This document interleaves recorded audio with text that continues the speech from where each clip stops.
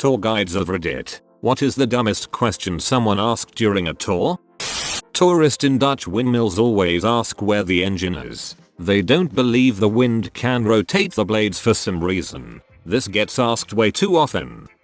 Once had a woman insist that she needed to spray herself with my bear spray because I could not make her understand that it does not work the same as insect repellent. She decided against taking the tour and called to yell at my boss over my refusal to spray her with bear spray. Not me, but my mom worked as a concierge in a mountainous town with a lot of wildlife, and more than a couple people have asked her if they put the animals into the mountains at night.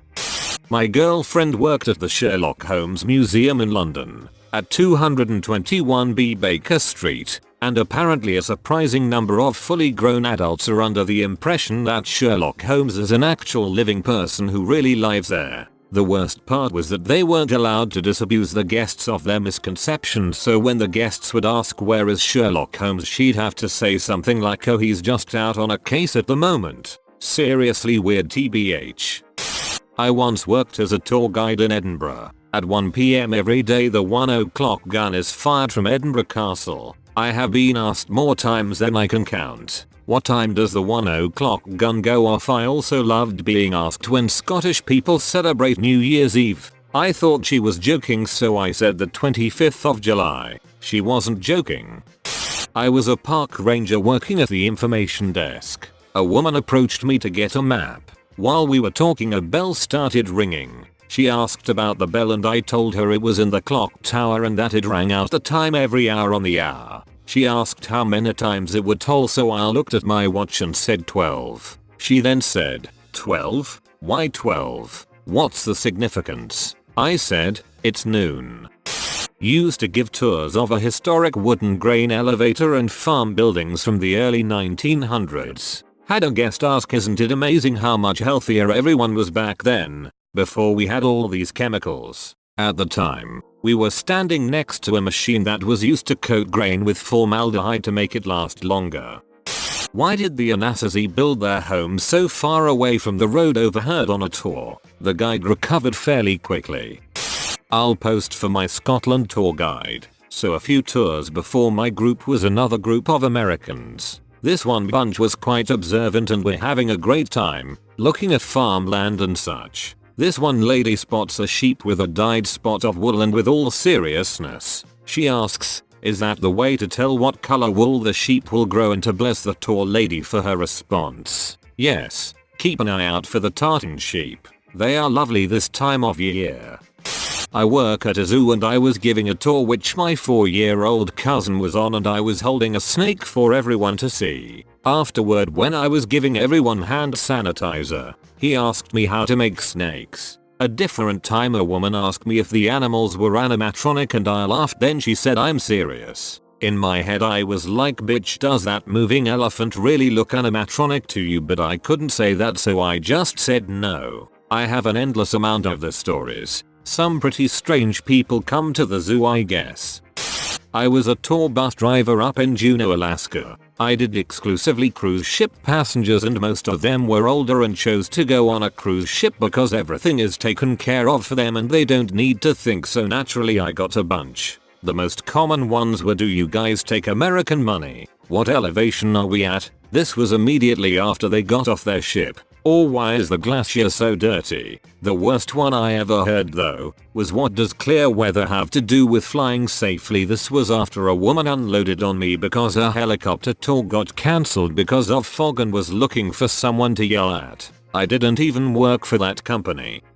Not a tour guide, but my mom told me about a tour she had gone on in Central South America. I don't remember exactly where. They were touring some ancient sites. The tour guide said that the people who used to live there had come from distances as far away as modern-day Utah. One woman asked, oh, were they Mormon? The tour guide was apparently flabbergasted and eventually went unnumber.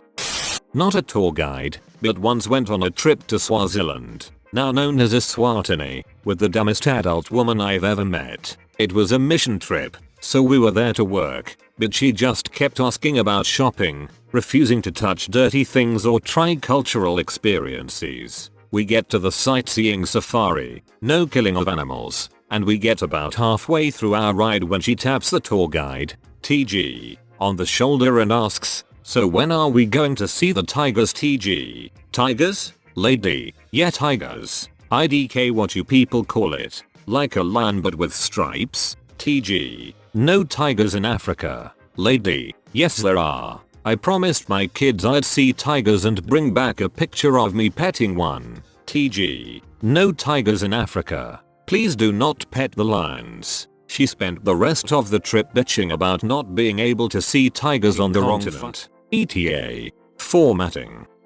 Not a tour guide, but I was in a tour one time. Part of a school trip to the Pickering nuclear power plant. Before we went, there were girls in our class who absolutely refused to believe that the point of a nuclear reactor was to boil water. That's stupid. You can plug a kettle in to boil water. That doesn't make electricity. After the whole tour of the steam generator, turbines, and generator room, the tour guide asked any questions, and one of the girls asked, "So how does that make electricity?" And it was literally like that scene from Zoolander. But why male models, seriously? I just explained it all. I have so many. To date, the stupidest thing was when someone brought a live turtle they found in one of our botanical gardens to the front door of the European Art Gallery and asked where they should put it. Like, I don't know, maybe back where you found it? I'm quite fond of all the people who sincerely believe that Disney World actually has a giant retractable dome that they can put up whenever it rains. Like, seriously, the place is the size of a small city. Building a dome that size would be one of the wonders of the modern world. And they think Mickey just happens to have one lying around just so nobody gets their head damp. People also think that Cinderella's castle gets disassembled anytime there's a major storm. Because reasons, I guess. Taking people on a snorkeling tour. Explaining the wetsuit. Wait, we're gonna get wet on this tour. Outside Stockholm there's a place called Birka that now is an outdoors museum, since it was an important Viking Age trading center between ca 750 AD and 975 AD. Of course not much is left. It's a museum and an archaeological site. Still, American tourists come and are really disappointed with the boring UNESCO World Heritage Site and ask, well, this is all very nice, but can we go to the Viking town now, as if there's still living Vikings hanging around in their own reservation somehow. One of my dad's co-workers worked a ticket booth thing in Yellowstone for a summer. When and where do you release the bears, and at what elevation do deer turn into elk? And the two questions I remember.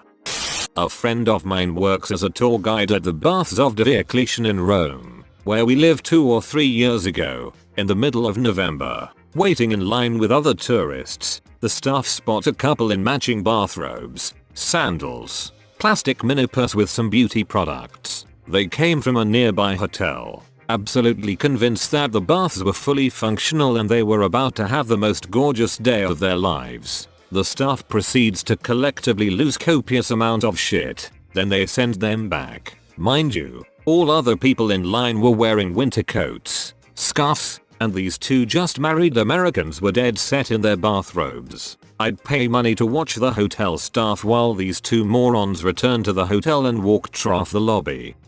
My mom used to be a tour guide in Greece and was once asked while showing her group some ruins, why did it never rain in ancient Greece? Being unable to understand what the tourist meant, she asked him to elaborate. He responded, well, none of the buildings have ceilings, so clearly it never rained, and I was just wondering how that's possible. This guy thought that ancient Greece had no rain. He didn't understand that the roofs had simply collapsed after 2000 plus years. Sigh. As a bonus, not really stupid as much as very poorly informed, once while at the Acropolis with a group, a tourist asked if she would be taking them to the pyramids next.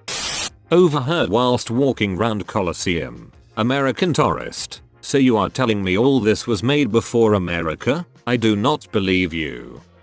Post on behalf of a tour guide from USA. Husband and I were on a cruise in Alaska and there are literally 30 tours per port to choose from. We chose a tour that included an all-you-can-eat crab fest. We all get on the bus and tour guide, okay, before we get going, Is anyone here allergic to crab shellfish meat? A husband. Who the frick would be stupid enough to go on a 5 people raise their hand? Why are there so many Asians here, mate? It's an international school. Stupidest question I ever heard was when I was on a tour, not giving one. It was a tour of a uni, and some kid's mother asked who would be doing her son's laundry in the dorms. When the guide said he would do his own, her next question was, couldn't one of the girls do it for him?